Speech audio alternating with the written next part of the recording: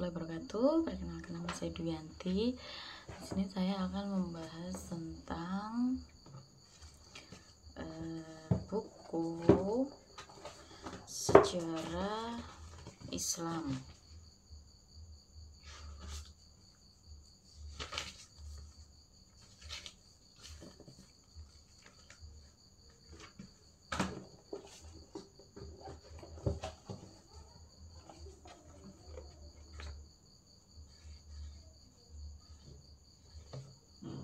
Bukunya ini teman-teman, dari Dr. Andes Adeng Muhtar Ghazali MAG.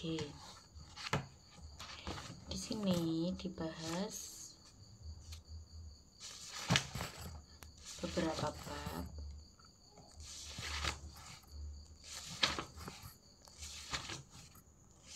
Ada pengantar dulu, baru daftar isi.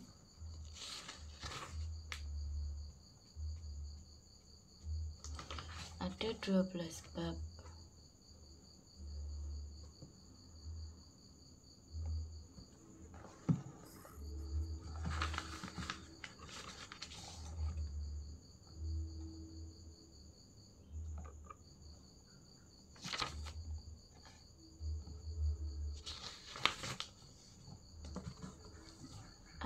Bab pertama itu membahas tentang agama, terus filsafat, selanjutnya ada ilmu kebenaran. Yang pertama itu ada pembahasan tentang kebenaran agama. Nah, di sini itu banyak pendapat yang sepakat bahwa agama itu bersumberkan dari wahyu, dan banyak juga orang yang sepakat bahwa agama itu diperuntukkan untuk manusia. Karena agama itu bersumber dari wahyu, kebenaran yang dimunculkan itu berarti adalah mutlak. Selanjutnya ada kebenaran filsafat. Dalam pengertian yang umum itu, filsafat itu apa sih? Filsafat itu adalah cara berpikir yang radikal dan menyeluruh. Terus cara berpikirnya itu mengupas sesuatu sedalam-dalamnya, jadi tidak tanggung-tanggung. Selanjutnya ada kebenaran ilmu. Kebenaran keilmuan mempunyai ruang lingkup yang sangat terbatas. Kenapa terbatas? Secara keilmuan berarti bahwa kebenaran itu diambil kata kerjanya kan benar. Benar itu secara keilmuan berarti bahwa kebenaran sesuatu pernyataan didukung oleh fakta-fakta kan. Selanjutnya ada pengujian secara empirisnya yang mengesahkan diterima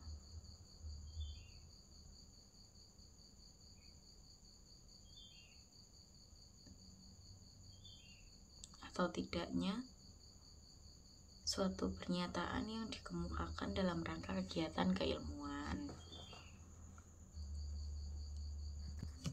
Ada tokoh yang berpendapat yang namanya itu Bertrand Russell, itu menghubungkan kebenaran dengan fakta dan kepercayaan.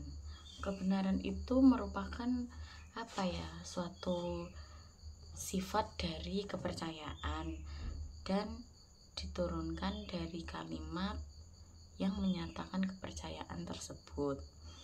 Kebenaran itu merupakan hubungan tertentu suatu kepercayaan dengan suatu fakta yang di luar kepercayaan tersebut. Analisis perbandingan ilmu itu harus dibedakan dengan filsafat, karena ilmu itu adalah, kalau bahasa Inggrisnya itu posteriori. Apa itu? Yaitu kesimpulan-kesimpulan yang ditarik setelah pengujian berulang-ulang melalui percobaan. ada selanjutnya bab kedua, yaitu Islam politik di Indonesia atau suatu analisis historis. Istilah Islam politik itu akhir-akhir ini tuh menjadi bahan pembicaraan, terutama di berbagai kalangan masyarakat.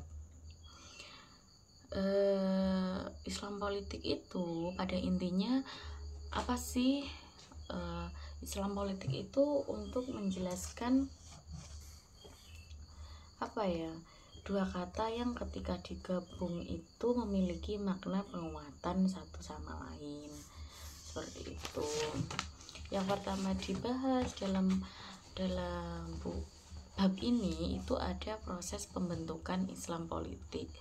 Nah, bagaimana Islam politik ini dibentuk? Itu Islam sebagai agama yang dianut oleh mayoritas rakyat di Indonesia melalui para pemimpinnya sepandangan bahwa negara amat diperlukan sebagai instrumen untuk menjamin dan melaksanakan ajaran-ajarannya dalam kehidupan kolektif. Mengutip dari Ibnu Taimiyah, Ahmad Syafi'i Ma'arif menyatakan bahwa tanda kutip wilayah organisasi politik bagi kehidupan kolektif manusia itu merupakan keperluan agama yang terpenting, dan hal ini itu tidak mempertimbangkan kenyataan bahwa agama Islam itu adalah sebuah agama yang multi interpretatif yang membuka kemungkinan banyaknya penafsiran mengenai polyinterpretable religion. Meskipun pada tingkat polyinterpretable religion itu munculnya berbagai mazhab fiqh, terus teologi, selanjutnya ada filsafat Islam. Misalnya seperti ini, menunjukkan bahwa ajaran-ajaran Islam itu multi interpretatif, di samping menunjukkan bahwa adanya pluralisme dalam tradisi Islam. Lihat Bahtiar Effendi, itu ada di halaman 10, ini kita sudah di halaman 26. Selanjutnya yang kedua yang dibahas di dalam bab ini itu ada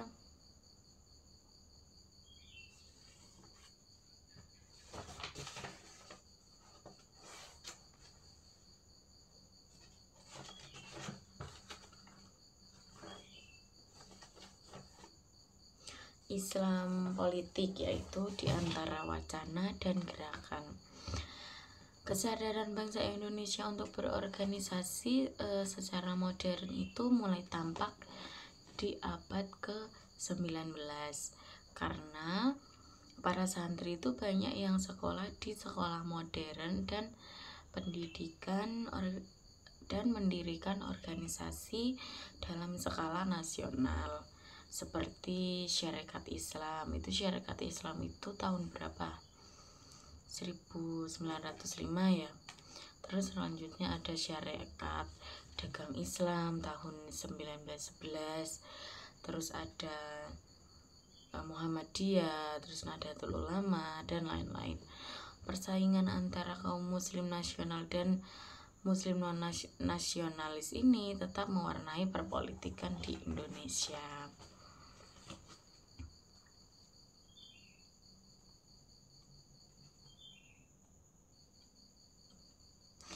Selanjutnya yang ketiga yang dibahas dalam bab ini ada Islam politik masa reformasi. Tumbangnya Soeharto itu menandai kemunculan reformasi. Istilah yang saya sebutkan ini tadi itu menjadi sangat dikenal seluruh masyarakat yang dianggap bisa menjadi penyelamat bagi kehidupan mereka, bahkan dianggap segala-galanya. Ia muncul sebagai akibat dari keterpurukan ekonomi yang berdampak pada semakin beratnya beban hidup di masyarakat.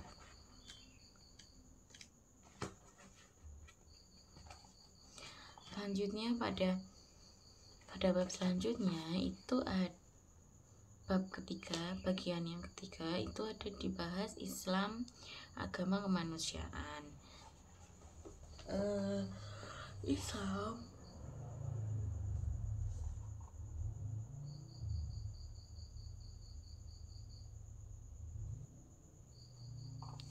Islam dan kehadiran agama-agama lain selain memiliki klaim-klaim eksklusif atau truth claim, setiap agama pun itu memiliki pesan-pesan inklusif. Segi eksklusivitas ini terlihat pada cara-cara agama-agama tersebut melakukan penyebaran misinya. Dalam Islam, penyebaran misi ini dilakukan melalui tugas atau panggilan, atau bisa dikatakan dakwah. Islam ini mewajibkan kepada para pemeluknya untuk menyampaikan pesan-pesan Islam melalui dakwah, suatu panggilan pada kebenaran agar manusia yang bersangkutan dapat mencapai keselamatan dunia dan akhirat. Karena dakwah merupakan panggilan, konsekuensinya adalah ia tidak harus melibatkan pemaksaan. Selanjutnya, pada bagian selanjutnya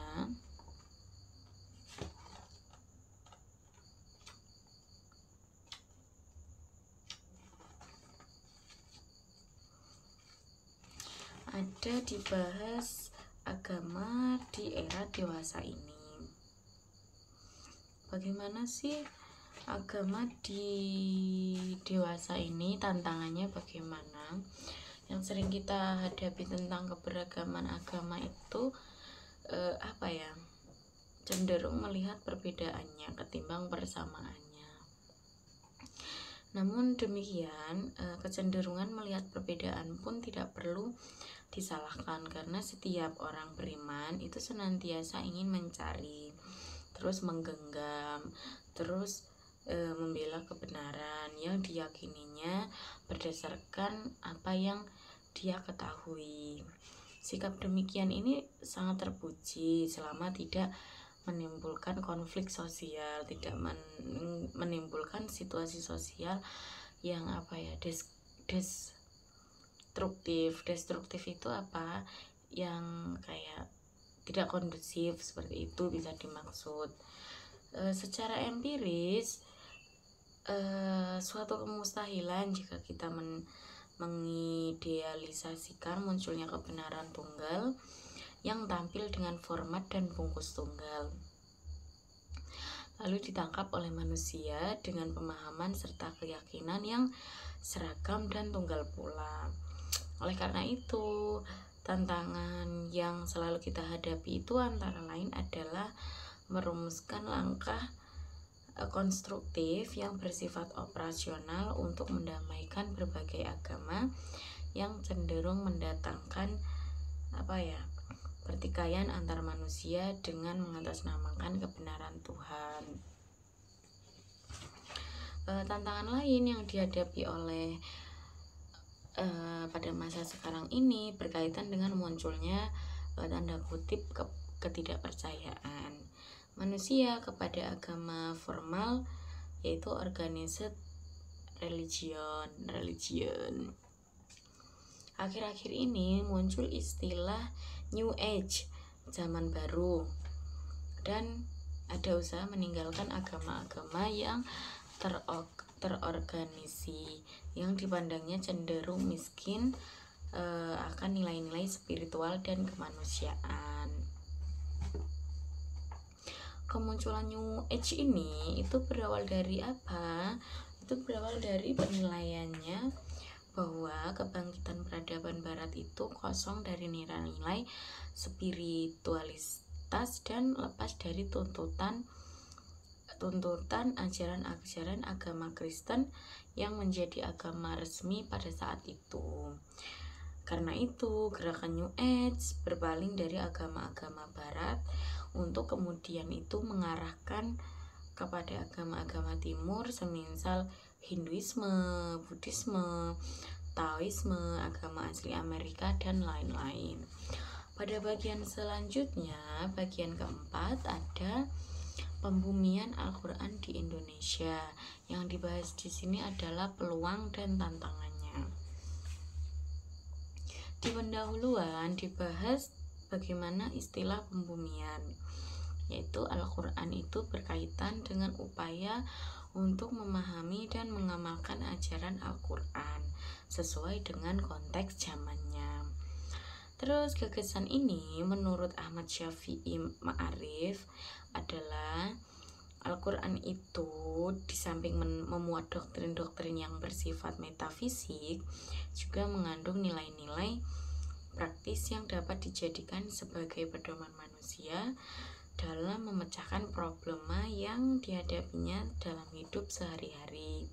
Contohnya politik, ekonomi, sosial, dan sebagainya. Dari perspektif inilah pembumian Al-Quran termasuk pada salah satu dimensi tanda kutip tajdid, yakni upaya menerjemahkan ajaran-ajaran Al-Quran dan sunnah dalam kenyataan yang berkembang dalam masyarakat. Misalnya apa saja? Pemberantasan kemiskinan yang dikaitkan dengan zakat sebagai salah satu sarannya. Tentu saja dimensi ini sangat dinamis karena situasinya itu dan kondisi masyarakat memang berkembang. Untuk peluangnya, yang pertama itu ada universalitas Al-Quran bagi kaum muslim. Seluruh isi Al-Quran itu, bahkan semua kitab suci itu pada dasarnya merupakan pesan ketuhanan. Kaum muslim mempercayai bahwa Al-Quran itu adalah pesan ketuhanan yang terakhir. Dalam kaitannya dengan pesan-pesan sebelumnya, Al-Quran itu berfungsi sebagai penerus, pengoreksi, bahkan penyempurna. Oleh karena itu, sudah menjadi kewajiban bagi orang-orang yang menerima pesan Al-Quran untuk beriman pada kitab-kitab suci masa lampau. Paling tidak mempercayai keberadaannya dan keabsahannya sebagai pembawa pesan ketuhanan pada zamannya.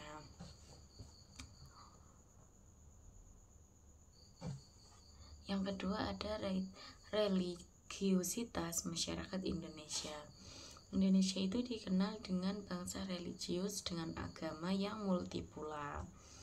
Dalam suatu kehidupan keagamaan yang semakin marak di tanah air kita ini, usaha untuk memahami kembali ajaran agama secara lebih utuh sekaligus lebih segar merupakan suatu keharusan. Jika tidak, kita dapat terjebak dalam penanganan Jika tidak, kita dapat terjebak dalam pemahaman turun-temurun yang belum tentu semuanya benar dan mampu menjawab tantangan zaman. Dalam menyikapi ini, tokoh Taufik Abdullah itu menyatakan bahwa Islam semestinya menampilkan diri sebagai landasan moral dan spiritual. Apa yang bisa diperjuangkan oleh Islam sekarang ini adalah menjadikan Islam sebagai etika bangsa. Yang ketiga ada peran cendekiawan. Setiap masyarakat dengan pandangan hidupnya masing-masing itu mempunyai kaum cendekiawannya. Di lingkungan umat Islam, mereka berfungsi sebagai pemberi penjelasan tentang ajaran-ajaran Islam dengan dampak yang diharapkan berupa tumbuhnya sikap-sikap keagamaan yang lebih sejalan dengan makna dan maksud hakiki ajaran agama. Dalam sebuah hadis Nabi bahwa cendekiawan adalah para ulama. orang-orang yang berilmu sebagai ahli waris Nabi.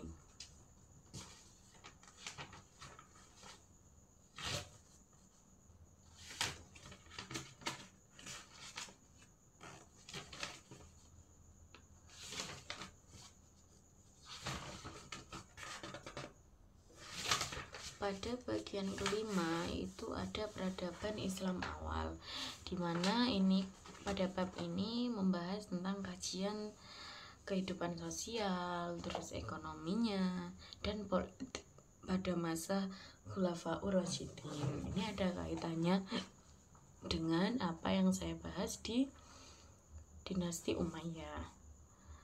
Ziauddin Sardar, siapa dia? Secara umum melihat bahwa peradaban bisa ditelaah dalam pengertian unit-unit sejarah besar. Para ahli sosiologi misalnya membicarakan peradaban-peradaban modern, yaitu peradaban masyarakat industri dan kota masa kini. Pendekatan terhadap kajian-kajian peradaban ini itu menetapkan mereka pada masa sejarah tertentu. Nah, dengan demikian, dalam definisinya, peradaban menjadi suatu entitas sejarah dengan masa kehidupan yang terbatas. Demikian juga Ibnu Khaldun, misalnya berbicara tentang jatuh bangunnya peradaban-peradaban, sehingga mengetengahkan suatu pandangan tentang sejarah yang selalu berputar. Pada bab kelima ini, itu yang pertama yang dibahas adalah sumber peradaban Islam. Untuk memahami perjalanan kehidupan politik, sosial, dan ekonomi Khulafaur Rasyidin dalam tatanan peradaban Islam, ada baiknya dikemukakan sumber dari peradaban Islam itu sendiri, yakni syariah. Syariah ini dipandang sebagai perangkat pengetahuan yang memberi peradaban muslim ketentuan-ketentuan sikap yang tak berubah dan juga sarana-sarana pokok untuk menyesuaikan diri dengan perubahan secara teoretis. Syariah itu meliputi seluruh aspek kehidupan manusia, apa saja, yaitu pribadi, terus sosial, politik, dan intelektual. Dalam prakteknya, syariah memberi makna dan isi pada perilaku kaum muslim dalam upaya keduniawian mereka. Syariat merupakan nyawa, roh sekaligus sumber penolak peradaban muslim, sebagaimana kisi-kisinya telah dicontohkan oleh kepemimpinan Rasulullah SAW yang kemudian lebih dikembangkan pada masa Khulafaur Rasyidin. Dari sudut pandang inilah, sosok dan gambaran peradaban muslim dapat dilihat kemudian mewujud dalam bentuk kehidupan sosial, politik, dan ekonomi pada masa Khulafaur Rasyidin. Selanjutnya, Khulafaur Rasyidin. Istilah Khulafaur Rasyidin itu menurut Abul A'la Al-Maududi adalah sebutan terhadap 4 sahabat Nabi yang diangkat sebagai khalifah secara bergantian. Dan umat Islam telah menamakan sistem khalifah ini sebagai khilafah yang adil dan benar, khulafah atau Khulafaur Rasyidin. Karakteristik kekhalifahan ini sedikitnya dapat diketahui bahwa Khulafaur Rasyidin pada dasarnya bukan hanya merupakan suatu pemerintahan politik, tetapi ia pun merupakan perwakilan sempurna dan menyeluruh dari nubuah, yakni berfungsi bukan hanya menjalankan tatanan negara serta menjaga keamanan dan membela batas-batas negeri saja, tetapi ia memerankan kewajiban-kewajiban seorang mursyid, guru, dan pendidik. Selanjutnya ada zaman Abu Bakar As-Siddiq. Abu Bakar As-Siddiq yang memiliki nama lengkap Abdullah bin Abi Quhafah Utsman bin Amir bin Amru bin Sa'd bin Taim bin Marah al-Taimi, setelah dibaiat menjadi khalifah itu menggantikan Rasulullah SAW kan, mengutamakan perhatiannya pada pembinaan keimanan, ketauhidan kepada masyarakat. Hal ini karena sepeninggal Rasulullah SAW karakteristik masyarakat Arab itu terbagi atas 3 kelompok. Apa saja? Yang pertama adalah kelompok murtad, yang kedua adalah kelompok yang fanatik, yang ketiga adalah kelompok yang salah memahami dan menafsirkan sejumlah ayat Al-Quran. Selanjutnya pada bab ke-6, pada bagian ke-6 itu ada dibahas tentang pemerintahan Islam dalam perspektif Khomeini. Figur Khomeini tidak terlepas dari riwayat gerakan perjuangannya dalam menurunkan Syah Reza Pahlavi di Iran, serta sangat kental dengan gerakan revolusi Islam di Iran yang menghasilkan Republik Islam Iran.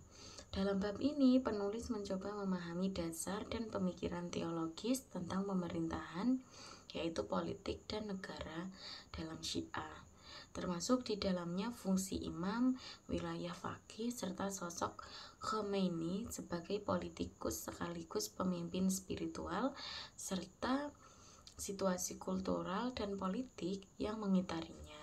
Di samping itu, penulis pun sepintas melihat dampak revolusi terjadi tatanan politik dunia Islam pada umumnya.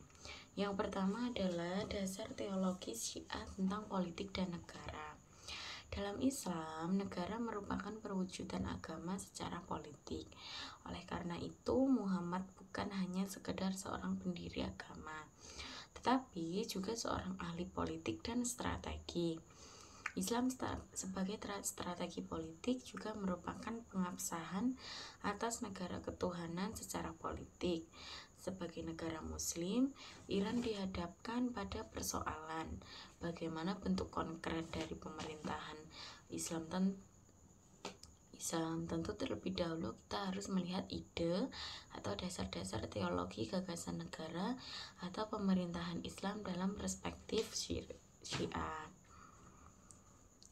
Selanjutnya ada pembahasan tentang Khomeini, visi dan gerakan perjuangan Khomeini. Khomeini ini dilahirkan pada tanggal 14 September 1902 di Khomein, sebuah provinsi kecil di sebelah barat daya Teheran. Karena berasal dari satu keluarga ulama keturunan Rasul, Khomeini mendapatkan pendidikan agama yang mendalam. Pertama dari kakak lakinya, terus yang kedua ada Ayatul Murtada Pasandia pada usia 9 tahun. Khomeini ini pergi ke Arak. Arak itu mana? Itu sebuah kota dekat Khomein dan diterima di lingkungan para siswa. Abdul Al-Karim Hairi, seorang ulama terkenal Syiah. Figur Khomeini ini tidak bisa dipisahkan dari peristiwa paling dramatis di dunia Islam abad ini, yakni revolusi Iran pada tahun 1978 sampai 1979 yang menyebabkan tergulingnya Syah Iran dari tahtanya. Perjuangannya dimulai ketika dirinya bermukim di kota Najaf, Irak, sebuah kota pusat pengembangan pendidikan kaum Syiah dan menjadi tempat persembunyiannya para pemimpin agama Iran. Dari daerah inilah para ulama itu memberikan pengarahan-pengarahan kepada rakyat Iran. Dengan perkataan lain,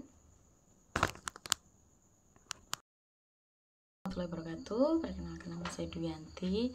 Di sini saya akan membahas tentang buku sejarah Islam.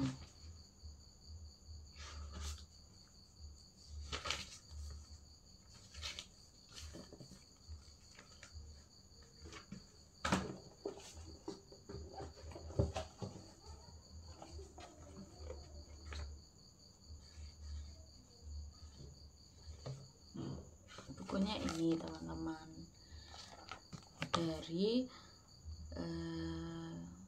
Dr. Andes Adeng Muhtar Ghazali MAG. Di sini dibahas beberapa bab.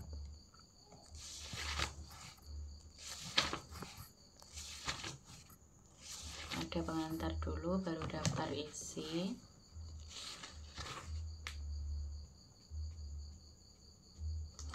Ada 12 bab.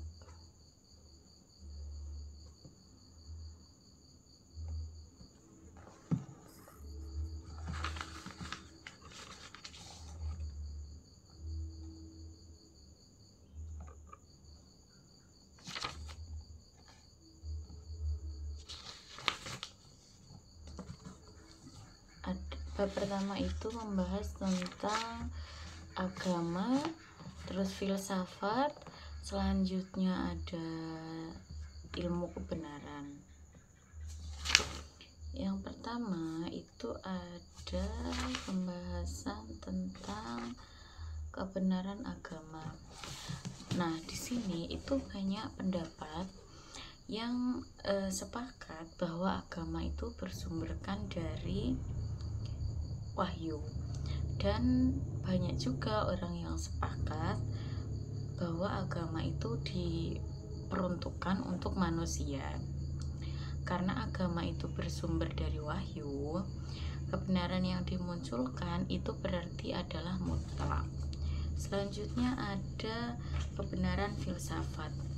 Dalam pengertian yang umum itu, filsafat itu apa sih? Filsafat itu adalah cara berpikir yang radikal dan menyeluruh. Terus cara berpikirnya itu mengupas sesuatu sedalam-dalamnya, jadi tidak tanggung-tanggung. Selanjutnya ada kebenaran ilmu. Kebenaran keilmuan mempunyai ruang lingkup yang sangat terbatas. Kenapa terbatas? Secara keilmuan berarti bahwa kebenaran itu diambil kata kerjanya kan benar. Benar itu secara keilmuan berarti bahwa kebenaran sesuatu pernyataan didukung oleh fakta-fakta kan. Selanjutnya ada pengujian secara empirisnya yang mengesahkan diterima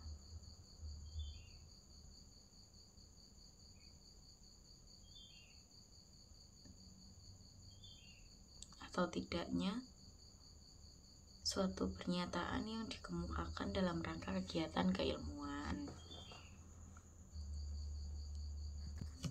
Ada tokoh yang berpendapat yang namanya itu Bertrand Russell, itu menghubungkan kebenaran dengan fakta dan kepercayaan. Kebenaran itu merupakan suatu sifat dari kepercayaan dan diturunkan dari kalimat yang menyatakan kepercayaan tersebut. Kebenaran itu merupakan hubungan tertentu suatu kepercayaan dengan suatu fakta yang di luar kepercayaan tersebut. Analisis perbandingan ilmu itu harus dibedakan dengan filsafat, karena ilmu itu adalah, kalau bahasa Inggrisnya itu posteriori. Apa itu? Yaitu kesimpulan-kesimpulan yang ditarik setelah pengujian berulang-ulang melalui percobaan. Ada selanjutnya bab kedua, yaitu Islam politik di Indonesia atau suatu analisis historis. Istilah Islam politik itu akhir-akhir ini tuh menjadi bahan pembicaraan, terutama di berbagai kalangan masyarakat. Islam politik itu pada intinya apa sih? Islam politik itu untuk menjelaskan dua kata yang ketika digabung itu memiliki makna penguatan satu sama lain, seperti itu. Yang pertama dibahas dalam bab ini itu ada proses pembentukan Islam politik. Nah, bagaimana Islam politik ini dibentuk? Itu Islam sebagai agama yang dianut oleh mayoritas rakyat di Indonesia melalui para pemimpinnya sepandangan bahwa negara amat diperlukan sebagai instrumen untuk menjamin dan melaksanakan ajaran-ajarannya dalam kehidupan kolektif. Mengutip dari Ibnu Taimiyah, Ahmad Syafi'i Ma'arif menyatakan bahwa tanda kutip wilayah organisasi politik bagi kehidupan kolektif manusia itu merupakan keperluan agama yang terpenting, dan hal ini itu tidak mempertimbangkan kenyataan bahwa agama Islam itu adalah sebuah agama yang multi interpretatif yang membuka kemungkinan banyaknya penafsiran mengenai polyinterpretable religion. Meskipun pada tingkat polyinterpretable religion itu munculnya berbagai mazhab fiqh, terus teologi, selanjutnya ada filsafat Islam. Misalnya seperti ini, menunjukkan bahwa ajaran-ajaran Islam itu multi interpretatif, di samping menunjukkan bahwa adanya pluralisme dalam tradisi Islam. Lihat Bahtiar Effendi, itu ada di halaman 10. Ini kita sudah di halaman 26. Selanjutnya yang kedua yang dibahas di dalam bab ini itu ada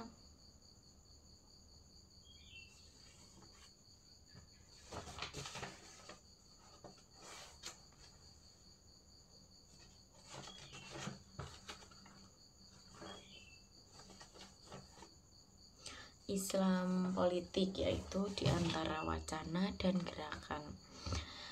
Kesadaran bangsa Indonesia untuk berorganisasi secara modern itu mulai tampak di abad ke-19 karena para santri itu banyak yang sekolah di sekolah modern dan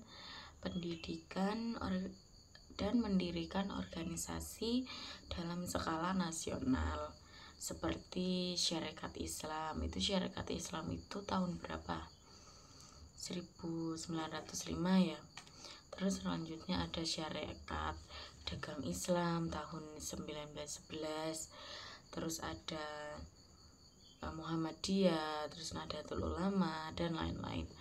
Persaingan antara kaum muslim nasional dan muslim non nasionalis ini tetap mewarnai perpolitikan di Indonesia.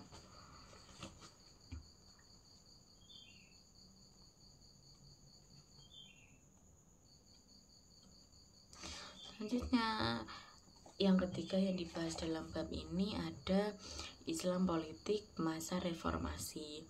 Tumbangnya Soeharto itu menandai kemunculan reformasi.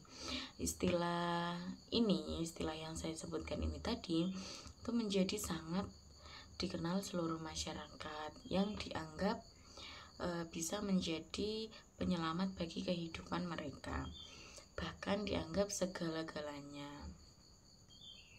Ia muncul sebagai akibat dari keterpurukan ekonomi yang berdampak pada semakin beratnya beban hidup di masyarakat.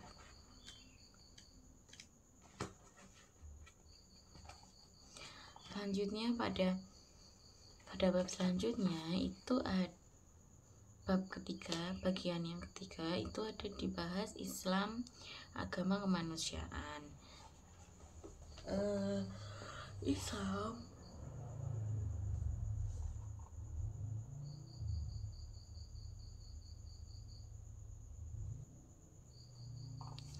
Islam dan kehadiran agama-agama lain, selain memiliki klaim-klaim eksklusif atau truth claim, setiap agama pun itu memiliki pesan-pesan inklusif. Segi eksklusivitas ini terlihat pada cara-cara agama-agama tersebut melakukan penyebaran misinya. Dalam Islam, penyebaran misi ini dilakukan melalui tugas atau panggilan, atau bisa dikatakan dakwah. Islam ini mewajibkan kepada para pemeluknya untuk menyampaikan pesan-pesan Islam melalui dakwah, suatu panggilan pada kebenaran agar manusia yang bersangkutan dapat mencapai keselamatan dunia dan akhirat. Karena dakwah merupakan panggilan, konsekuensinya adalah ia tidak harus melibatkan pemaksaan. Selanjutnya, pada bagian selanjutnya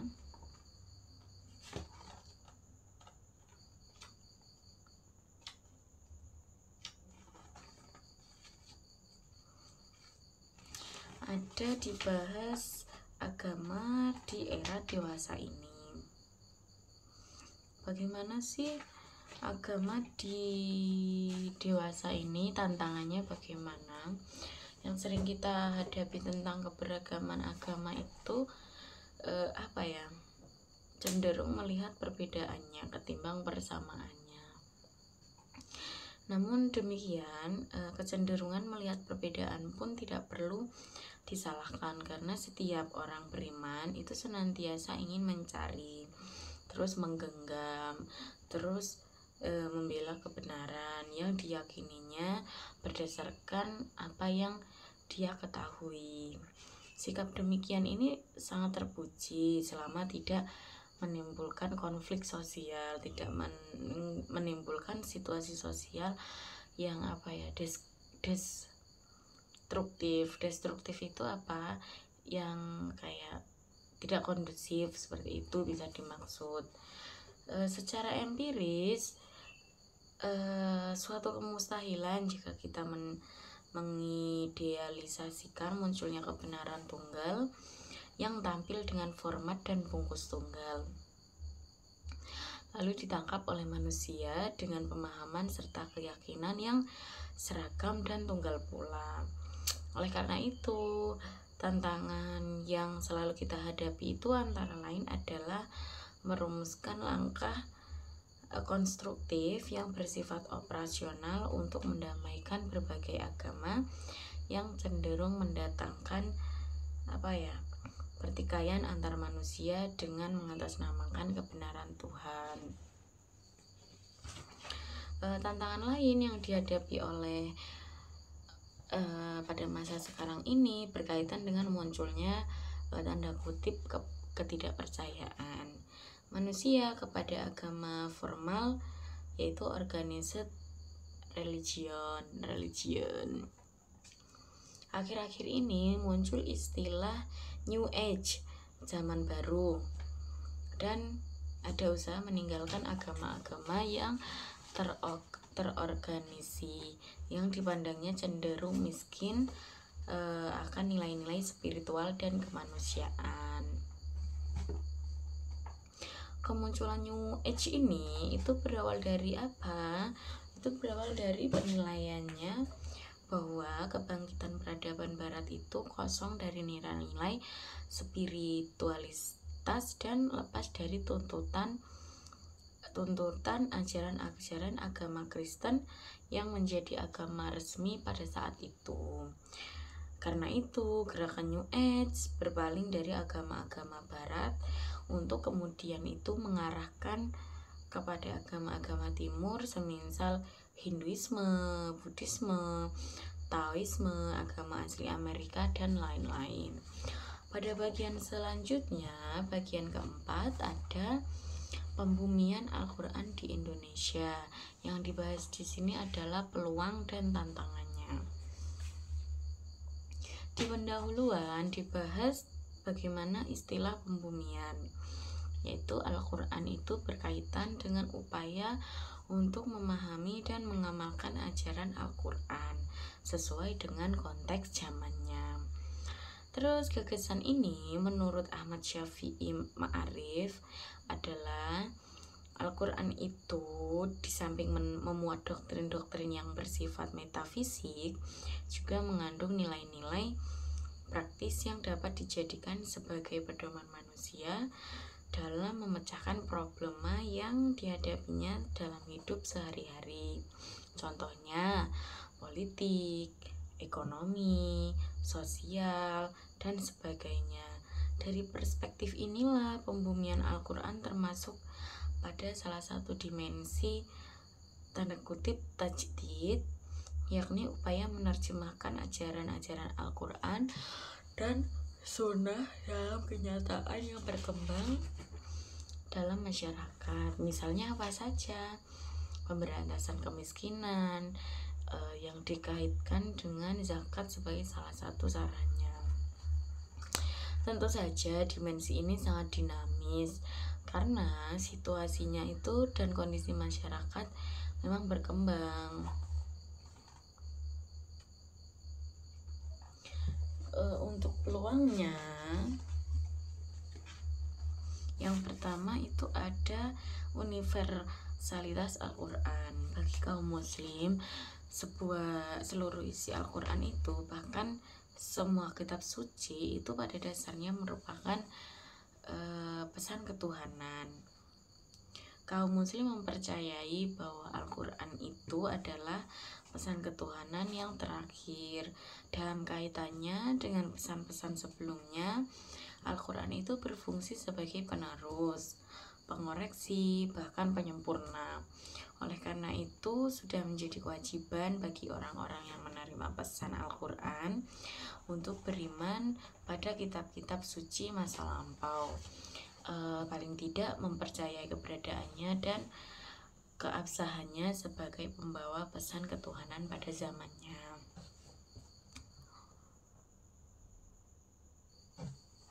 Yang kedua ada religiusitas masyarakat Indonesia.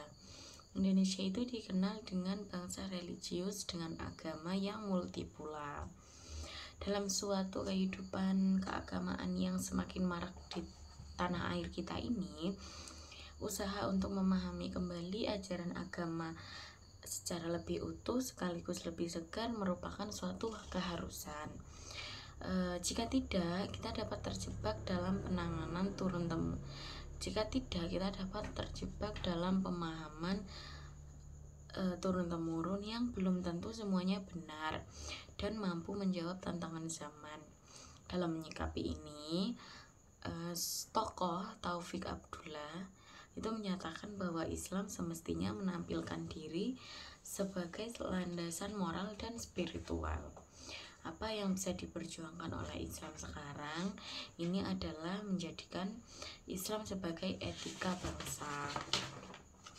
Yang ketiga ada peran cendekiawan. Setiap masyarakat dengan pandangan hidupnya masing-masing itu mempunyai kaum cendekiawannya. Di lingkungan umat Islam, mereka berfungsi sebagai pemberi penjelasan tentang ajaran-ajaran Islam dengan dampak yang diharapkan berupa tumbuhnya sikap-sikap keagamaan yang lebih sejalan dengan makna dan maksud hakiki ajaran agama. Dalam sebuah hadis Nabi bahwa cendekiawan adalah para ulama, orang-orang yang berilmu sebagai ahli waris Nabi.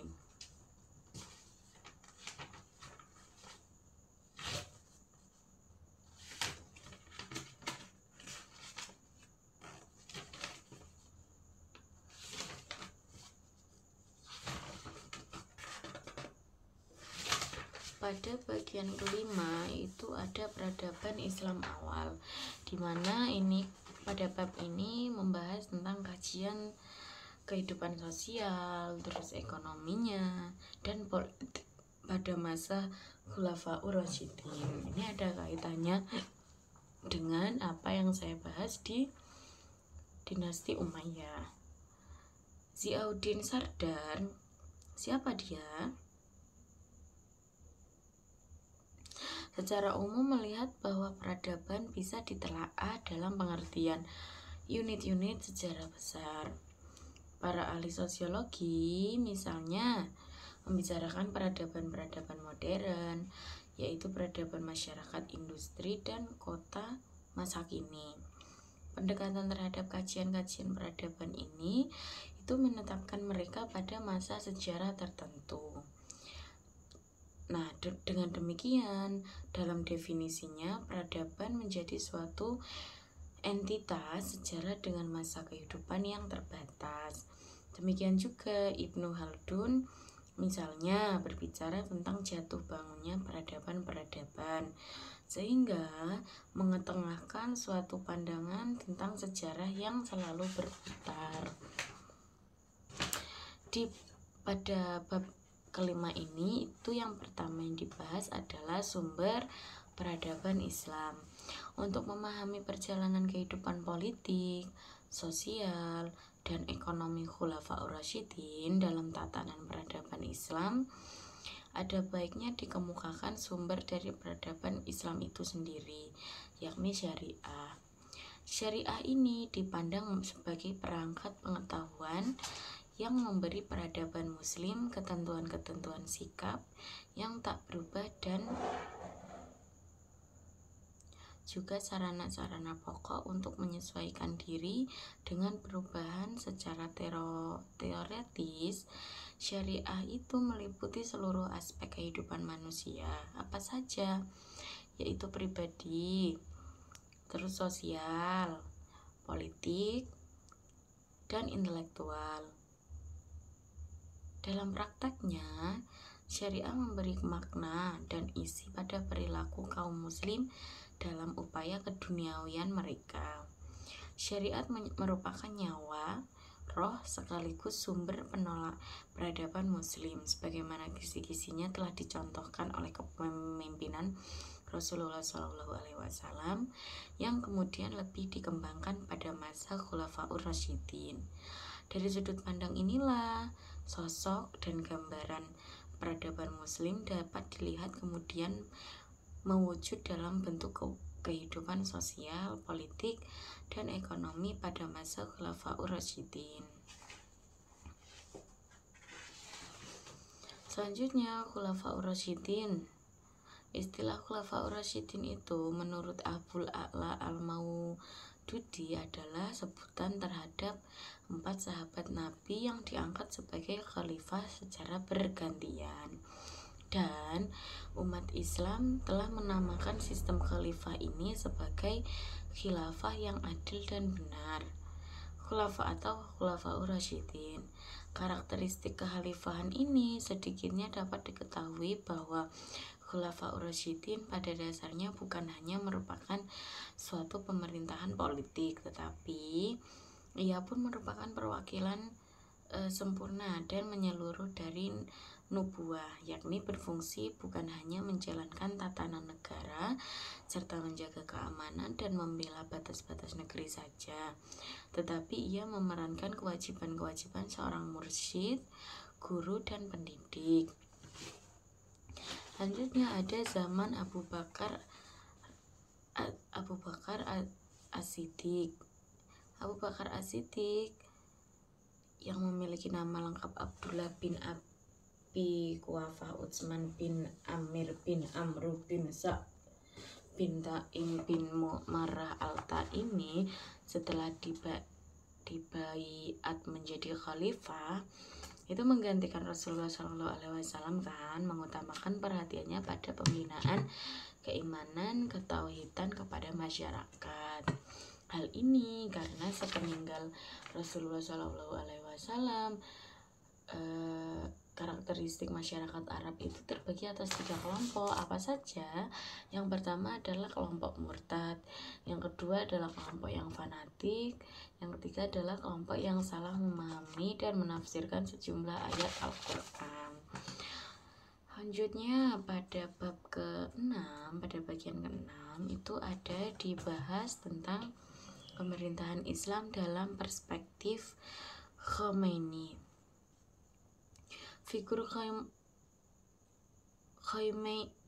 Khomeini tidak terlepas dari riwayat gerakan perjuangannya dalam menurunkan Syah Reza Pahlavi di Iran, serta sangat kental dengan gerakan revolusi Islam di Iran yang menghasilkan Republik Islam Iran.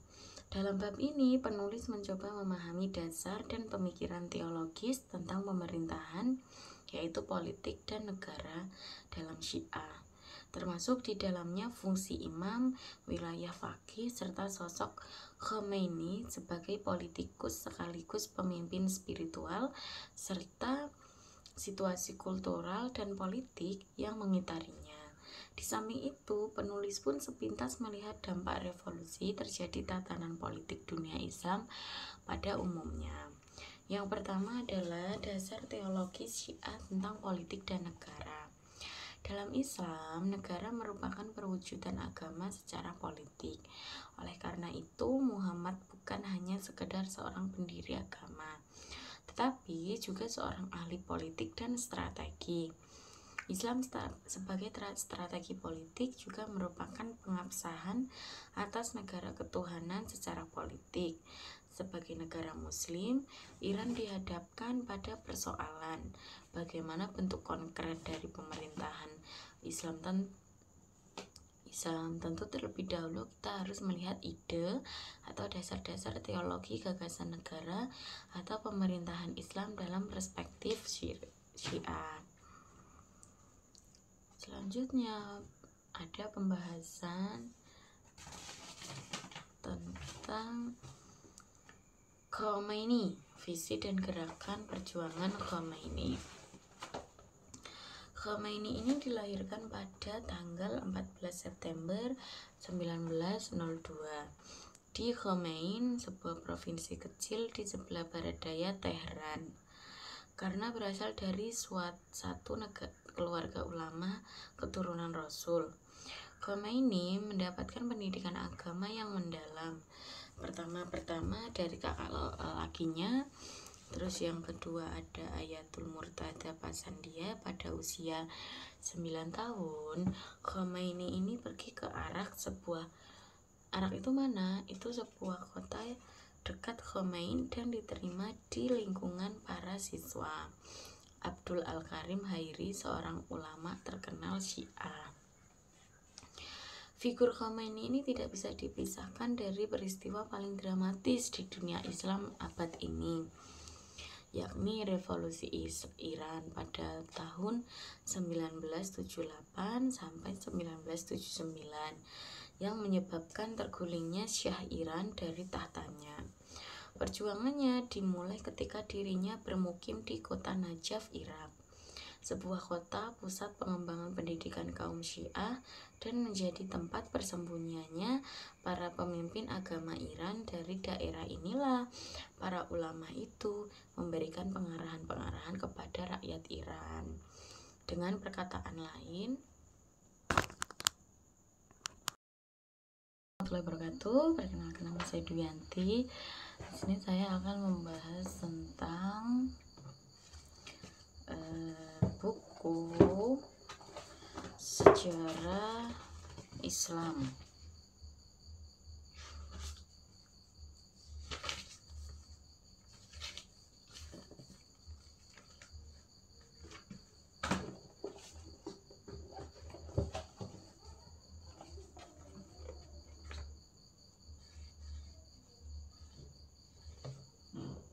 Bukunya ini teman-teman, dari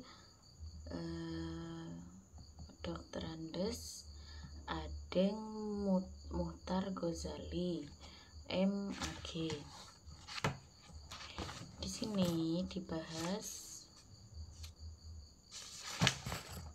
beberapa bab.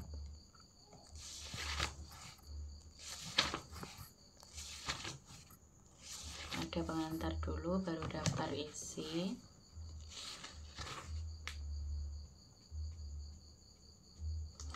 Ada 12 bab.